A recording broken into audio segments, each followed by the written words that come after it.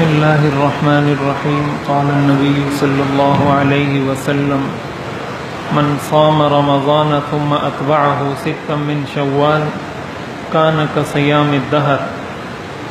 حضور نبی کریم سرور دو عالم صلی اللہ علیہ وسلم نے ارشاد فرمایا، جس شخص نے رمضان المبارک کے روزے رکھے اور پھر اس کے بعد شوال کے 6 روزے رکھے، یہ ایسا ہی ہے گویا اس نے پورا سال روزے رکھے ہیں۔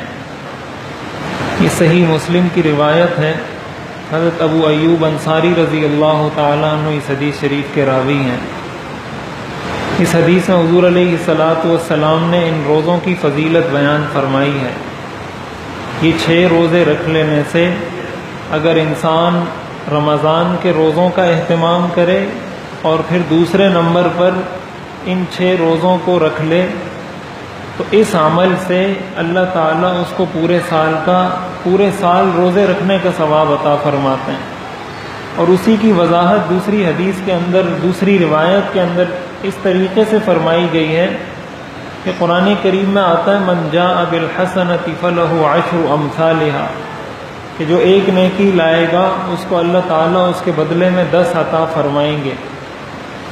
ایک مہینے میں اگر انسان 30 روزے رکھتا ہے تو گویا یہ ایسا ہی ہے جیسے اس نے 300 دنوں کے روزے رکھے ہیں، اور اس کے بعد جب 6 روزے رکھتا ہے تو یہ ایسا ہے گویا اس نے 60 دنوں کے روزے رکھے، تو سال میں 360 دن ہوتے ہیں۔ اس لیے اس حدیث کے مطابق ایسا ہی ہے گویا اس نے 360 دن روزے رکھے ہیں اور پورا سال روزہ رکھنے کا ثواب ملے گا۔ اس لیے ایک تو اس کا اہتمام کرنا چاہیے، مردوں کو بھی خواتین کو بھی، لیکن خواتین کو یہ بات معلوم ہونی چاہیے کہ کوئی بھی نفلی روزے شوہر کی اجازت کے بغیر خواتین کو رکھنے کی اجازت نہیں ہے۔ اس لیے شوہر کی رضامندی سے، شوہر کی اجازت سے وہ یہ روزے رکھیں۔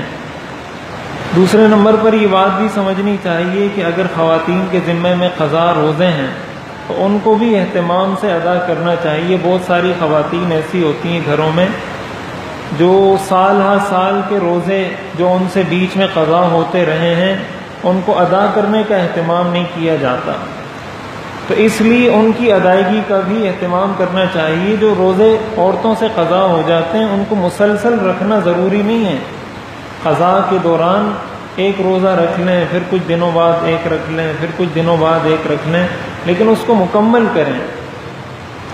اور اگر شوال میں کوئی قضا کر رہا ہے تو ایسی صورت میں قضا کے اندر اس کی نیت نہیں ہو سکتی شوال کے 6 روزوں کی۔ ایسا نہیں ہے کہ جو فرض قضا روزے ہیں اس کے اندر یہ نیت کر لے کہ میں شوال کے روزوں کی بھی نیت کرتا ہوں، اس لیے کہ جو فرض روزے ہیں اس میں صرف فرض کی نیت ہو سکتی ہے، اس میں اور کسی کی نیت نہیں ہو سکتی۔ ہاں جو سنت نفل روزے ہوتے ہیں اس میں دیگر سنتوں کی دیگر نفل نیت تو ہو سکتی ہے، لیکن فرض کے اندر کوئی اور نیت نہیں ہو سکتی۔ اس لیے جب قضا روزے رکھے جائیں گے تو اس میں صرف وہی ادا ہوں گے۔ تو اس کا اہتمام کرنا چاہیے اس فضیلت کو حاصل کرنے کے لیے۔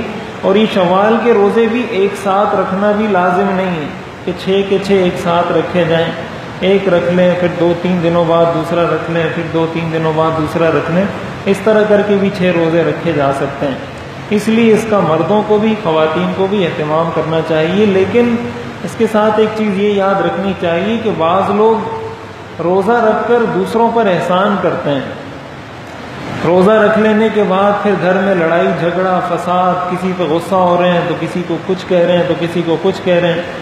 تو روزہ رکھنے کا یہ مطلب نہیں ہوتا۔ روزہ اللہ کے لیے رکھا ہے، لوگوں کے لیے تھوڑی رکھا ہے، بیوی کے لیے تھوڑی رکھا ہے جو اس پہ اتنا غصہ کر رہے ہیں۔ اور اگر یہ ساری حرکتیں ہم روزے میں کرتے رہیں گے تو ظاہر ہے ایسے روزے کا اجر و ثواب بھی ہمیں نہیں ملے گا۔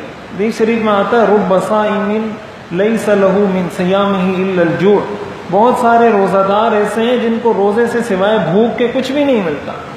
اور ظاہر ہے یہ وہی لوگ ہوتے ہیں جو روزہ رکھنے کی وجہ سے نفل روزہ رکھا اور کسی کا فرض حق تھا اس کو چھوڑ دیا۔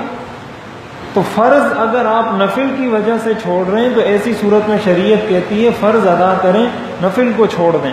یہ نہیں کہتی کہ نفل ادا کریں فرض کو چھوڑ دیں۔ تو اس چیز کو بھی سامنے رکھنا چاہیے، اللہ کی رضا کے لیے اس کو ادا کرنا چاہیے۔ اللہ تعالی ہمیں عمل کرنے کی توفیق عطا فرمائے۔